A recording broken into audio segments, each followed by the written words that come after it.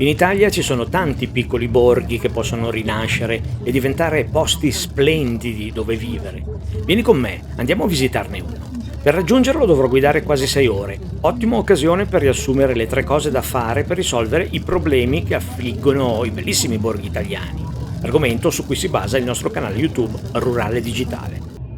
Perché ci sono molti borghi bellissimi che stanno morendo, sebbene abbiano le potenzialità per rinascere?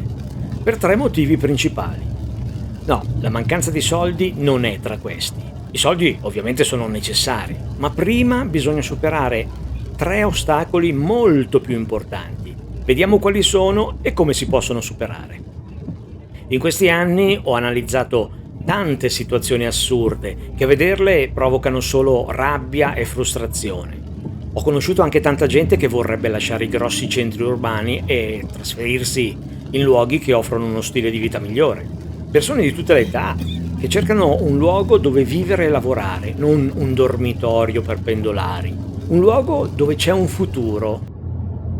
Ma allora, visto che molti borghi italiani potrebbero rispondere a queste esigenze, perché sono pochissimi i progetti validi in questa direzione? Perché la maggior parte dei borghi italiani muore lentamente ma inesorabilmente?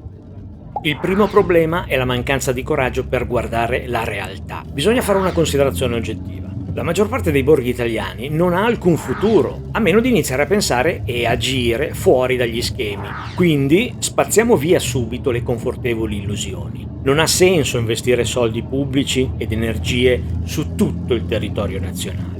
Bisogna farlo dove ci sono le condizioni che possono dare ragionevoli probabilità di ottenere risultati positivi. Bisogna fare scelte coraggiose, altrimenti anche certi bellissimi borghi che hanno potenzialità per rinascere finiranno inesorabilmente trascinati verso il fondo dalla zavorra di quelli che non hanno alcun futuro. Bisogna suddividere i borghi italiani in 2 gruppi, quello dei luoghi sui quali vale la pena intervenire anche con il sostegno pubblico e quello dei luoghi di cui è meglio disfarsi il prima possibile. Ma come si può fare per avere analisi serie ed oggettive, non inquinate da opinioni personali, visioni fallimentari, sentimentalismo? Basta creare uno strumento basato sulle AI per analizzare tutti i microcomuni italiani, diciamo quelli fino a 1000 abitanti. Ovviamente uno strumento serio, non roba come i soliti gestionali antidiluviani creati dai baracconi statali sprecasoldi. Uno strumento realmente efficace, creato da sviluppatori in gamba, potente ma facile da usare. Uno strumento che analizza tutti i parametri fondamentali di un territorio e permette di capire cosa fare. Uno strumento del genere è l'unico in grado di fornire indicazioni utili, perché se ci si basa sulle valutazioni soggettive di amministratori locali, abitanti o frequentatori occasionali, è chiaro che si finisce in un pantano da cui è impossibile uscire. Ma cosa fare quando appare evidente che su un borgo non ha più senso investire soldi pubblici in inutili accanimenti terapeutici? Semplice, bisogna vendere tutto a privati, ma non secondo logiche arcaiche, bisogna avere un approccio fuori dagli schemi. I sindaci di questi comuni dovrebbero fare una sola cosa: dimettersi lasciando l'incarico a un curatore fallimentare che avrebbe come obiettivo la cancellazione del comune e la vendita di tutto il territorio, immobili privati compresi. Gli abitanti ancora presenti verrebbero espropriati, come si fa in caso di opere pubbliche strategiche, e indennizzati in modo adeguato. In questo modo tutto il territorio potrebbe essere messo in vendita in blocco. Si supererebbero le miriadi di frammentazioni delle proprietà, si eviterebbero prezzi gonfiati e tempi biblici. Si eviterebbero anche tutte quelle assurdità estemporanee come la vendita di case a €1, che non servono a niente e non contribuiscono minimamente alla rinascita di un territorio. Quindi lo Stato metterebbe in vendita tutto il territorio di un comune a prezzi molto vantaggiosi. Gli acquirenti sarebbero vincolati a linee guida semplici e chiare per garantire un futuro sostenibile per quel territorio, da ogni punto di vista, economicamente, socialmente e ambientalmente. Quindi dovranno farsi carico anche della manutenzione del territorio, intervenire sui dissesti, occuparsi delle strade e non potranno in alcun modo accedere a fondi pubblici per nessun intervento. Fine. Pensa che risparmio enorme si avrebbe per le casse pubbliche. Pensa a quante rogne evitate, compreso il fatto di mantenere assurdamente in vita microamministrazioni locali. Ma soprattutto pensa a come il territorio potrebbe rinascere in tempi rapidi. Sarebbe una soluzione win-win, cioè dove tutti guadagnano, anche i proprietari di case che potrebbero contare su indennizi sicuri senza un futuro incerto e situazioni aleatorie. Anzi, a voler essere realisti, su un futuro senza alcuna speranza. Quindi, cosa chiedere di più? Non sei d'accordo? Fammelo sapere. I borghi italiani sono l'argomento del nostro canale YouTube Rurale Digitale, quindi ti invito a mettere un like a questo video per renderlo più visibile, a condividerlo e a iscriverti al canale, così non perderai le altre informazioni utili e interessanti e potrai partecipare alle discussioni sul futuro del bellissimo territorio italiano. Adesso veniamo a quei borghi italiani che non verrebbero venduti a privati perché hanno potenzialità per rinascere secondo schemi classici. E qui ci scontriamo con il secondo grosso ostacolo. Quale pensi che sia? Ti do un aiutino facendoti un esempio basato su situazioni reali. Immagina di ascoltare un sindaco di un borgo di 60-80 abitanti dire che per far rinascere quel piccolo comune serve un ristorante, un bar, un negozio di alimentari, una farmacia, un ambulatorio medico e quindi servono incentivi pubblici. A cosa penseresti? Se facciamo una considerazione oggettiva, possiamo giungere a una sola conclusione. Quel sindaco va esautorato immediatamente perché è pericoloso. Il sindaco di un paese di 80 abitanti che la pensa in questo modo, e ce ne sono tanti, te lo assicuro, dimostra di avere una mentalità inadeguata anche per la gestione di una sgangherata bocciofila. Queste sono persone da esautorare immediatamente, perché, come dimostrano i fatti, quando ne hanno la possibilità sprecano soldi pubblici senza alcun ritegno in interventi inutili, anzi, spesso dannosi per il territorio. Se si vogliono far rivivere i borghi italiani che hanno adeguate caratteristiche, bisogna fare in modo che gli amministratori siano persone esperte, con la giusta mentalità. Devono essere manager con visioni imprenditoriali, non i soliti pensionati, artigiani locali, cittadini presi a caso o peggio personaggi legati a logiche di partito. Individui che, pur con tutta la buona volontà, non si possono improvvisare gestori di un territorio e della cosa pubblica, perché non hanno competenze adeguate. Competenze che non si possono acquisire con quei corsi di poche ore per amministratori locali o quegli inutili percorsi di formazione che nascono solo per sfruttare soldi pubblici. Il sindaco è il CEO del comune, deve essere competente, deve svolgere il lavoro a tempo pieno, essere adeguatamente pagato e deve potersi avvalere di tecnici specializzati. Fine. Cosa bisogna fare per arrivare a questo? Bisogna fare test attitudinali, seri e imparziali a chiunque voglia candidarsi ad amministratore locale e poi, dopo l'elezione, fare check periodici sui risultati ottenuti. Hai idea di quante cose migliorerebbero e di quanto risparmierebbe lo Stato, cioè tutti noi? La mentalità e le competenze sono determinanti. Ti faccio un altro esempio interessante di mentalità inadeguata, tutto basato su fatti reali. Immagina di voler chiedere qualcosa a un'amministrazione comunale, oppure, meglio, di voler proporre qualcosa. Ipotizza anche di non conoscere nessuno in quel luogo. Cosa fai? Vai sul sito del comune per cercare un indirizzo email per presentarti, stabilire un primo contatto, no?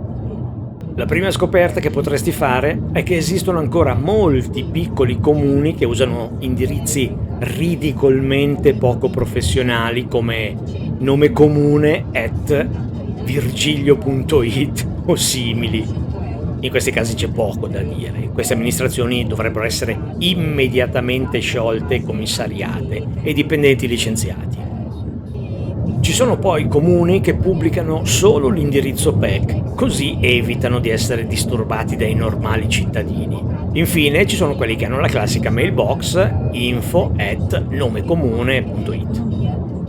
Cosa pensi che succeda se mandi una mail a tale indirizzo? Tralasciando i messaggi che ti torneranno a causa di mailbox full, e anche questo la dice lunga su molte cose, nel 99% degli altri casi non succederà proprio un bel niente, nel senso che non avrai nessuna risposta, proprio così, non ti risponderà nessuno. Non ci credi? Prova. Ti sembra accettabile una cosa del genere? Io non posso fare a meno di chiedermi se questi amministratori locali e se i dipendenti di questi uffici pubblici si rendano conto di cosa significa ricevere un'email seria intendo, non spam. Non si rendono conto che ricevere una mail è come incontrare una persona per strada che rivolge un saluto o fa una domanda. È normale ignorarla facendo finta di niente? È un comportamento accettabile da persona civile. Tu cosa ne pensi? È un esempio semplice ma indicativo dell'assoluta necessità di cambiare la mentalità degli amministratori locali e dei dipendenti pubblici che devono, prima di tutto, rispettare il cittadino, cioè il loro datore di lavoro, che devono essere in grado anche di comunicare adeguatamente e di rispondere tempestivamente. Quindi, senza la giusta mentalità e le necessarie competenze di amministratori e dipendenti pubblici, non si va da nessuna parte. Fine. Tempo di merda, veramente, cazzo, acqua. Passiamo al terzo e ultimo ostacolo che impedisce la rinascita di tantissimi borghi italiani che hanno interessanti potenzialità. Quale pensi che sia questo problema? È un problema conseguente al precedente. Hai capito cosa mi riferisco? Secondo te, qual è questo ostacolo e come si può superare? L'ostacolo è la mancanza di visioni, obiettivi chiari e progetti seri. Guardati intorno. Nella maggior parte dei piccoli comuni troverai sempre una sagra della porchetta, una festa della castagna, una tombola in piazza o manifestazioni simili. Tutti si illudono che il turismo basato su queste piccole iniziative possa magicamente cambiare le cose, far rinascere i borghi italiani. Se provi a chiedere agli amministratori locali della stragrande maggioranza dei piccoli comuni italiani quali sono i loro obiettivi, le strategie e le tattiche che intendono adottare per far rivivere il loro borgo, pochissimi saranno in grado di darti una risposta. Quasi tutti pensano che organizzare qualche sagra o magari spendere centinaia di migliaia di euro di fondi pubblici per un museo del bottone o cose simili significhi fare qualcosa di utile per far rivivere il territorio. Nessuno che propone progetti seri per contrastare lo spopolamento. Tutti si crogiolano nelle confortevoli illusioni anziché affrontare la scomoda realtà. Ma allora cosa si dovrebbe fare per dare una scossa, per farli uscire da questo torpore che porterà inevitabilmente la maggior parte di questi luoghi a diventare borghi fantasma? Semplice, bisogna obbligarli a definire obiettivi chiari e realistici e a individuare strategie e tattiche adeguate per raggiungerli. Esistono diversi strumenti obbligatori per la pianificazione e gestione del territorio. Perché non ce ne dovrebbe essere uno importantissimo per definire il futuro di un luogo? Ci deve essere.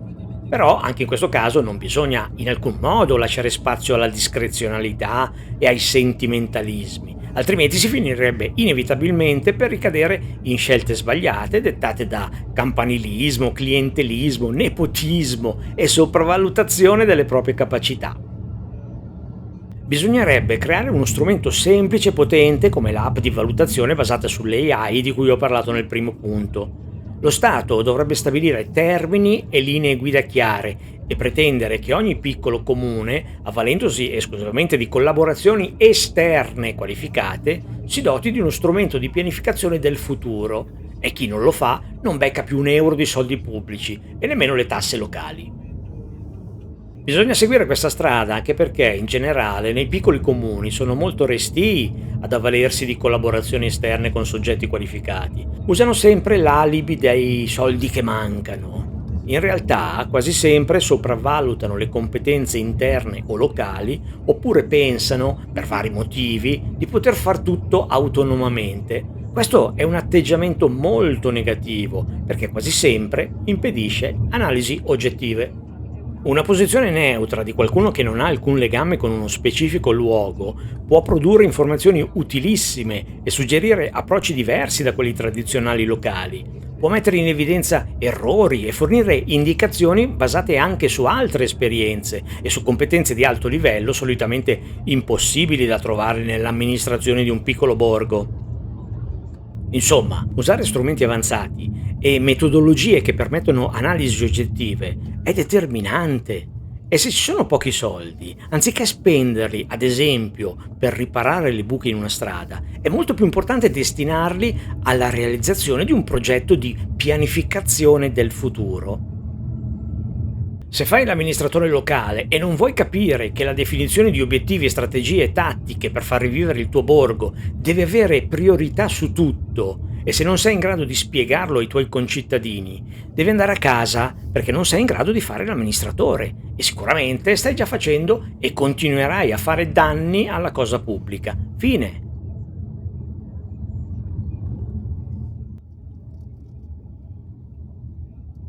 Bene, sono arrivato alla mia destinazione di oggi. Questo paese ha circa 3200 abitanti e ne parlerò in dettaglio in un altro episodio. Per non perderlo, metti un like a questo video, condividilo e iscriviti al canale YouTube Rurale Digitale. Per contattarmi vai sul sito www.ruraledigitale.it. Il prossimo video che ti consiglio è questo.